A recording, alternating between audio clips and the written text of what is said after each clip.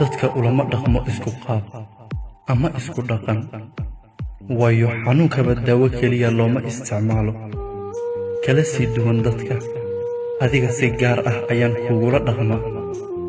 qiimo ayaad ku leedahay agtayda waadna ku qaalisan tahay mar walba sibaad igu weyn tahay aniga hadalkaaga waan u nugulahay mar walba ma garan karo sababta aad gooni iiga tahay dadka kale in ka badan in qof la aamino ayaan ku aaminsanahay adiga wax walba oo qaaliya iyo wax walba qurxoon waad igala qiimo sarraysaa wax walba sabab ayay leeyihiin xataa geerida sabab ayay leedahay balse sababta aan ilaa xad kuugu hibayay kalsoonideyda aniga xataa ma garan karo sababta keentay midda waan ku ixtiraamaa ilaa xad waan ku aaminaa ilaa xad waana ku dhowraa ilaa xad ha ii ogaan wax walbaad aniga ii tahay balse keliya ii ogow ruux ku qadariya inaan ahay mar walba waxaad igu beertay maaha waxaan isku beeray maaha wax naga beermay maaha waa wax igu beermay keligay iguna beernaan doona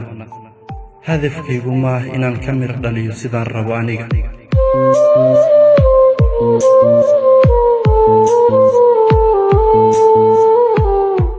balse hadafkaygu waa inaan sheegto dhibtaan qabo waayo caafimaadkaaga hadduu qof ku xidhmo farxaddaada hadday qof ku xidhanto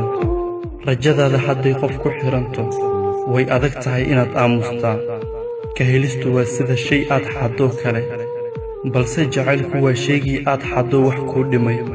laakiin wakhtigaa qof saacida waxba kuma dhahayo aniga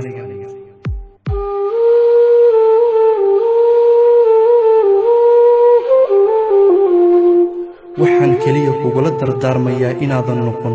roobka marka uu da'ay ruuxa daarta ka gala hadduu qof i fahmayo adigaa i fahmi kara anna si buuxda ayaan u fahmaa aamusnaantaada hadalkaaga iskaba daayey waxaan qariya ma hayee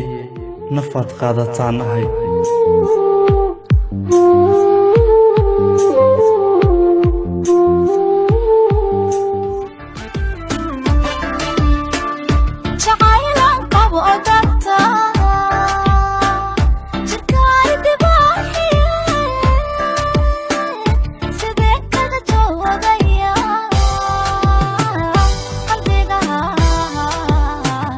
qalbiga wajixaa